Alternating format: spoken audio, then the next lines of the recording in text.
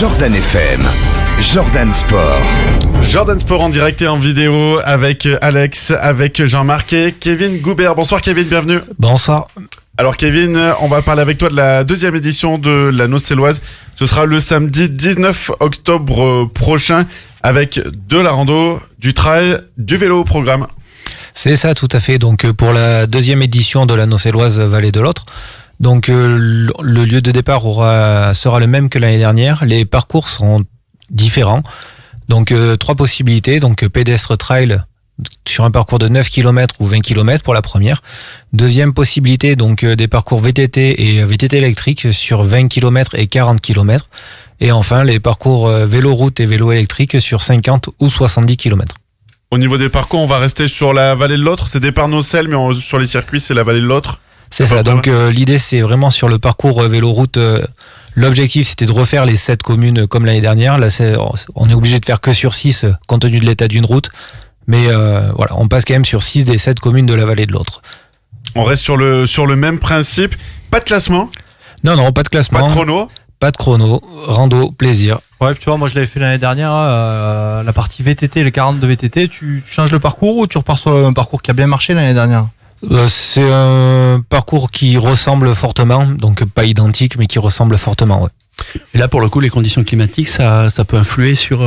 Ah, totalement. Si jamais il pleut, on peut se retrouver à 50 participants, et s'il fait beau, on peut être plus de 200, quoi. Ouais, on prend l'exemple de la ronde de la Châtaigneraie l'année dernière, je crois, où il faisait catastrophique. Ils étaient 2 inscrits, alors que les années d'avant, ils sont 300, 400. C'est vrai que là, c'est... Ouais, il n'y a pas d'inscription en ligne, toi? Non, on fait tout sur place. Au niveau des prix? Au niveau du prix, on est à 7 € avec les ravitaillements inclus. D'accord. Donc ça fait partie c'est une de tes organisations, de ton club. Tu peux nous parler de ton club largement et de toutes les organisations que tu fais? Oui, donc de manière générale, Nocelle Trail Cyclisme qu'on s'appelle maintenant du coup, et un club. Ah, vous avez changé? Ouais, on a changé pour intégrer un peu plus la course à pied. Ok. Car la moitié de nos licenciés en fait sont des coureurs à pied. Bon, vous avez gardé le T quand même. C'est ça. Ça donc, change pas. Même le logo, il n'a pas changé. Du coup, oui, c'est bon. Voilà. Donc en fait, on a au moins 3 courses de vélo en organisation, plus la rando. On a fait le 10 km de Jussac et de nombreuses autres manifestations. Donc en plus, annexe les concours de belote, etc. Et tu comptes dans tes rangs des performeurs avec notamment Michael Loud, Yann Grangeon. On a vraiment des coureurs qui ont fait des perfs cette année. Ouais, c'est ça. Michael Loud, du coup, qui fait 3 fois vice-champion de France sur 800, 1500 et sur 10 km. Donc c'est vraiment des résultats exceptionnels, ponctués d'un titre de champion de France sur 400 mètres. Donc pour une première participation, une première année sur les championnats de France FSGT, c'est vraiment exceptionnel, quoi. Donc après pour Yann Grangeon, donc il est licencié chez nous aussi avec une double affiliation avec le club d'Aurillac Triathlon. Donc qui tient son AG ce soir, Fred Boudon, si tu nous écoutes, 18h à la piscine, c'est ça? C'est ça. Parce qu'on peut être licencié de plusieurs clubs. Ouais, c'est ça. Donc nous on est un club UFOLEP et FSGT, donc on essaie d'impliquer une dynamique sportive ouverte à tous. Et l'idée, c'est pas forcément de concurrencer, mettre des bâtons dans les roues aux autres clubs. Donc on favorise la double affiliation, que ce soit avec la FFA, la FFC, la FF3. Voilà, peu importe. Ça pose pas de problème? Non, nous ça nous pose aucun souci et même on l'encourage. Voilà. Et le week-end dernier, tu as porté très haut, toi, les couleurs de ton club du côté de Barcelone. Oui, c'est ça. Du coup, je suis parti avec le club sous les couleurs du club d'Aurillac Triathlon. Donc petite dédicace du coup au président tout à l'heure qui avait fait un petit sub 10. Là, je le loupe pour 6 minutes. Mais c'était pas l'objectif, voilà. Donc toi, tu veux pas avoir de problème ce soir? Non, je veux surtout avoir l'occasion de me venger sur un prochain événement. Et du coup, ouais, voilà, donc tout va bien, quoi. On vit bien, que ce soit dans le club de Tri, dans le club de Nocelle, dans le club de Morse sur la partie vélo. Donc tout le monde s'entend bien. Donc quand je parle du club de Morse, on a été faire une course par étape avec Nocelle Trail Cyclisme aux routes creusoises la semaine d'avant qui s'est super bien passée et ils nous ont mis à disposition un véhicule. Donc ça paraît pas grand chose, mais en fait c'est dans l'organisation c'est exceptionnel. Nous ça nous fait des frais en moins sur l'année. Est-ce que tu as combien de licenciés toi actuellement au club à Nocelle? Donc là on a été 54 sur la dernière AG. Donc on se stabilise, c'est sûr. Donc avec certainement une petite augmentation. D'accord.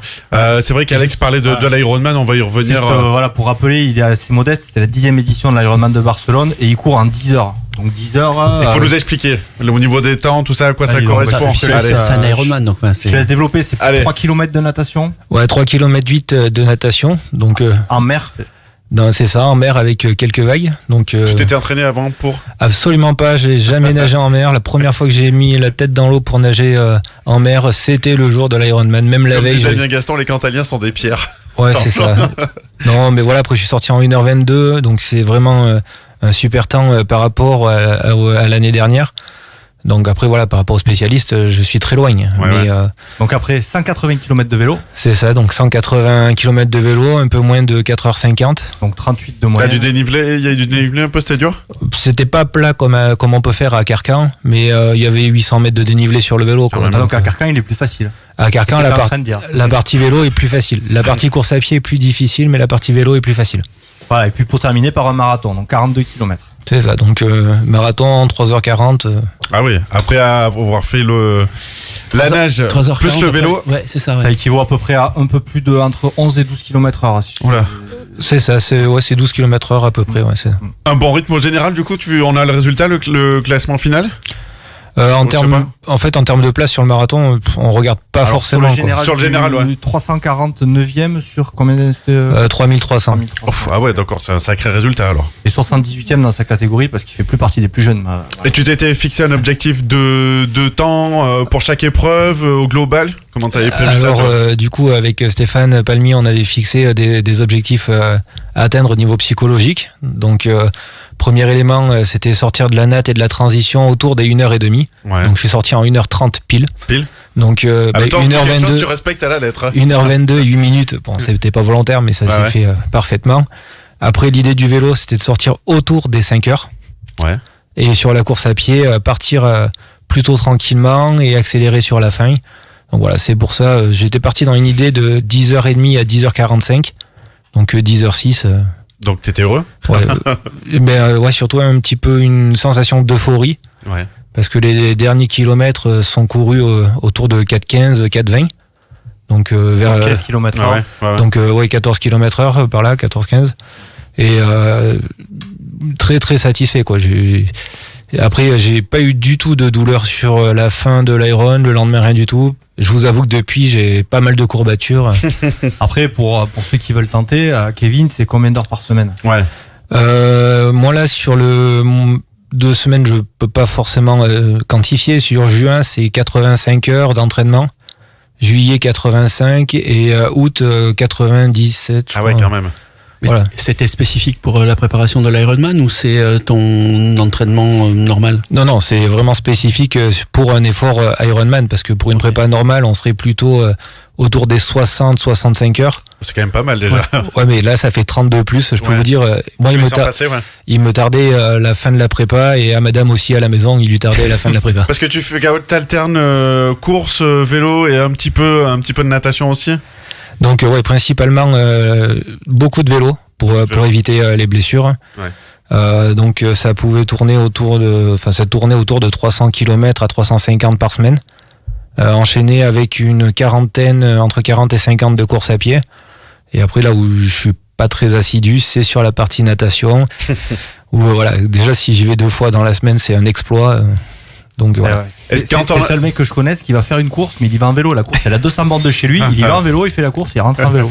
Quand on a fait l'Ironman de Barcelone, Kevin, qui a une nouvelle saison qui attaque, c'est quoi les objectifs qu'on se fixe pour toi et pour le club aussi?